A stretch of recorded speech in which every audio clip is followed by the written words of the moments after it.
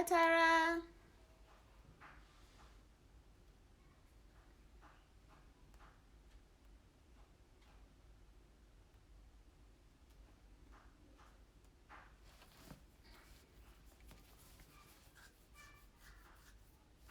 I think most people are at the book fair today, actually, if I'm being honest.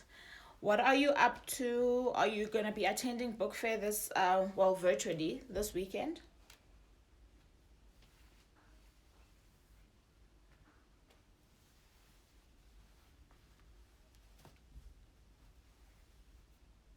Okay, let me just check the time.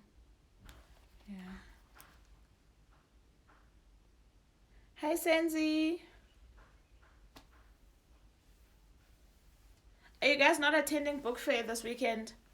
Apparently, not apparently, because I got tickets. A whole weekend's pass is 50 Rand, and you buy them via Quicket. I think their details are online if you go on their website, and you get to engage with various things or seminars that are going on around books and what's going on in South Africa currently.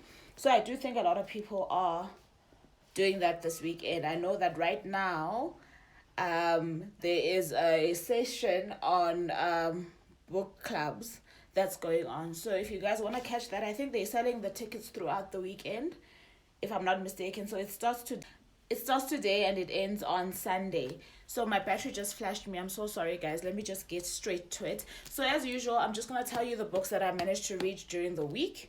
That meaning books that I finished during the week, and then I'll tell you what I'm gonna engage in during the weekend. Hopefully, because I am doing the book fair, and yeah, so that might take up a lot of my time, which I don't mind because I've never been to one of these, and I love that virtually you can just do anything from the comfort of your room.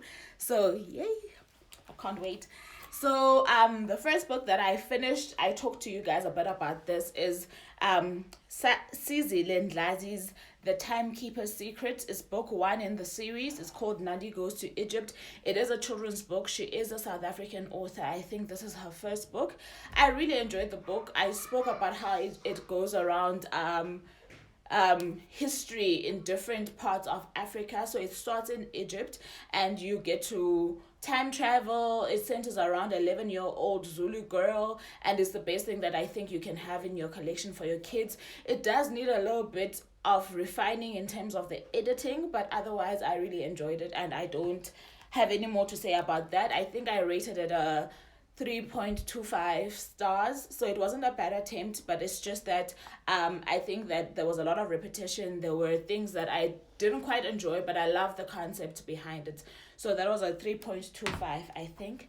And I finished House of Stone by Novuyo Rosa Chuma. This is a Zimbabwean author, and this is a psychological thriller slash historical fiction.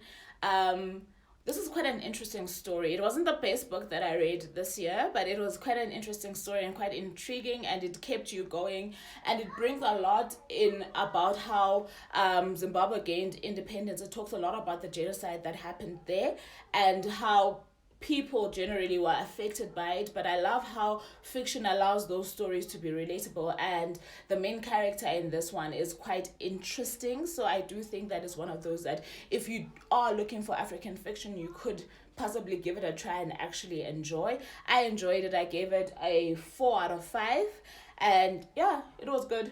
I liked it.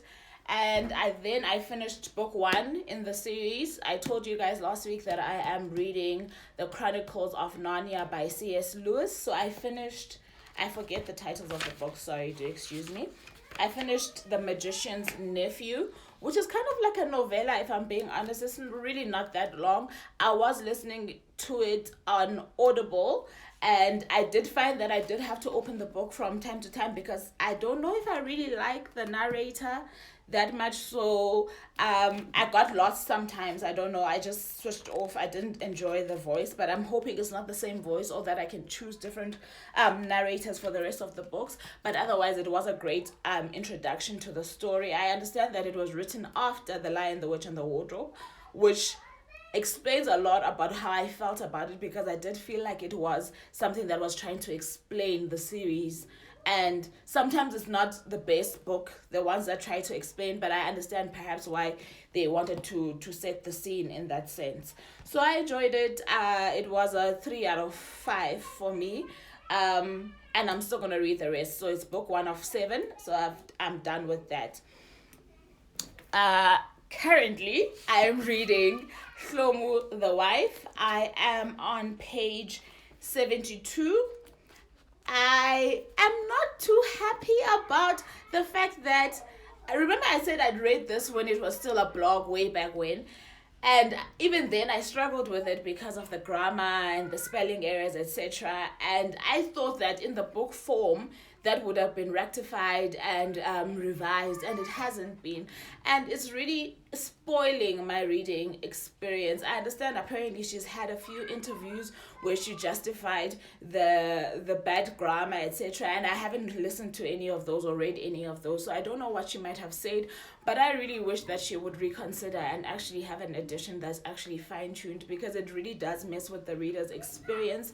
And don't get me wrong, this is such a nice story. I'm not one who usually reads any form of romance, and the fact that this is a South African romance is really quite intriguing for me, but I really am struggling with it because of the grammar. I literally have to stop, close the book, gather myself, or push through, or force myself to push through. And I don't think that that's what an author intends when they write a book. They don't intend for the reader to fight with the words, if you get what I'm trying to say.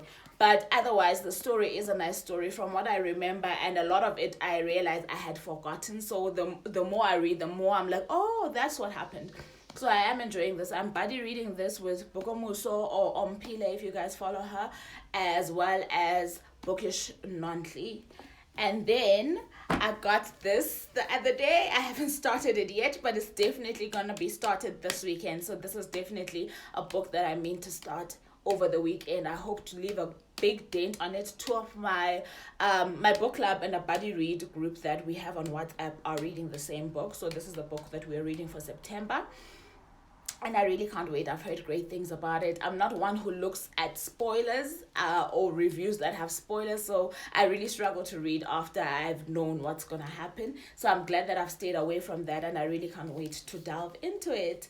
And it's not that long. It's long, but it's not that long. I think it is a whole 428 pages long. Were it not for the weekend, I would have aimed to do at least, for the fair, I would have aimed to do at least 3/4 of the book. But now I'll see how it goes with the free hours that I've got. I'll definitely be engaging in this one. So that's all I'm showing you guys today. What are you guys actually reading over the weekend?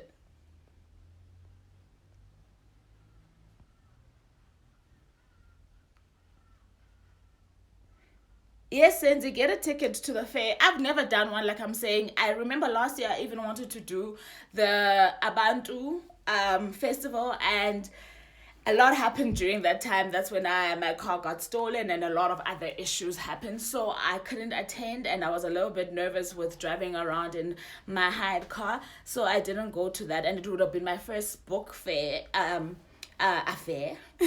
So I really missed that one. So I'm really happy about the fact that I can log on virtually. Like I'm saying, I don't have to do too much, so there's no reason for me to miss it, and it's quite cheap if you come to think of the lineup that they've got. Their program is quite great, and for 50 rand it's a steal, honestly. And like I'm saying, I think they're selling tickets the whole weekend. It ends on Sunday.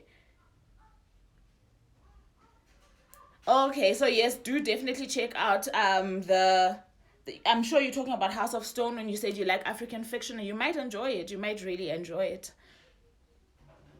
Hi everyone. Okay. JHB Pre-Loved Book says they are hoping to start the death drill. Is that a crime? Is that a crime? Yeah, novel. So that's all I'm reading for everybody that just joined. Ooh, let me just pick up the books. Sorry. So for everybody that just joined, I just was sharing that I finished these 3 books. Well, not this one.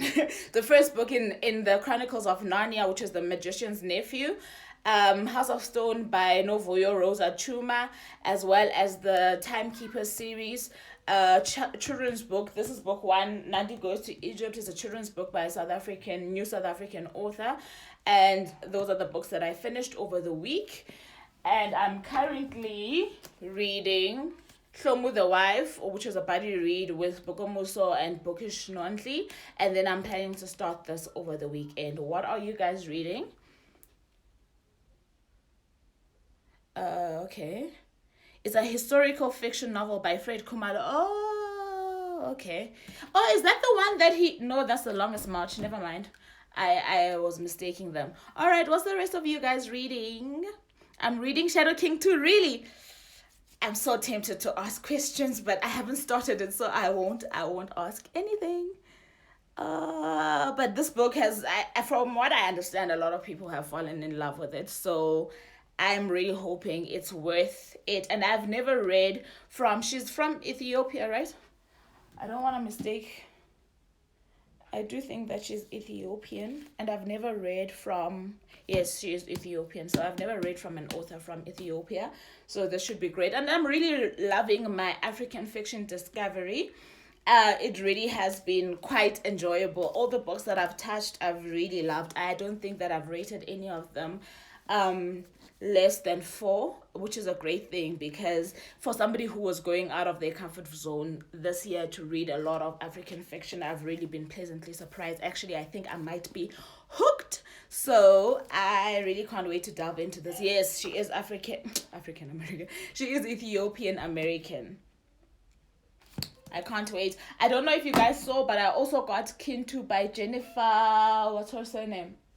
Okay, you know Kintu has been all over the show. So I also got that. I've been hearing great things about that as well. So once I'm done with these 2 that I'm telling you about, I'm definitely gonna get into that. By the way, I am still listening to Wonder Woman Warbringer as well as The Handmaid's Tale through Audible. So in between work, that's what I do. I'm not too far in. I do think that having had such a great experience with the narrator for the Harry Potter series, I'm really struggling with the other narrators on Audible. So it's really a little bit of getting used to, or kind of trying to forget his form of narrating, because he's really good.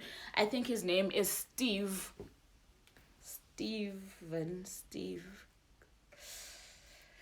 Okay, guys, I forgot what his name is, but I think it's Steve or Steven, but he's really, really very good, and he's a tough act to follow, and I really think my enjoyment of the other books that I've selected after that is based on that. Otherwise, that's all I had for you guys. Thank you so very much for tuning in. Do enjoy your reading weekend. If you can, get a ticket for this essay book fair, because it is virtual. I'd advise that you do that. Like I'm saying, it's 50 Rand. The tickets are available on Quicket, and I think that there is a link through their website, and it is the whole weekend. Right now, there's a battle of the book clubs going on, where 3 book clubs are going head to head against each other on questions around literature, I think, because I didn't tune it. It started at 6, and I do think that you can start at the beginning even if you come into the sessions late, because it seems to me, I might be wrong, it seems to me that they may be pre-recorded, or they are stored. If they're live, they are stored. One of the 2, but anyway, you might find something there that has already occurred that you can still watch, is what I'm trying to say. But anyway, enjoy your weekend, and thank you so very much for tuning in. Check in with you guys again next week, Friday. Bye.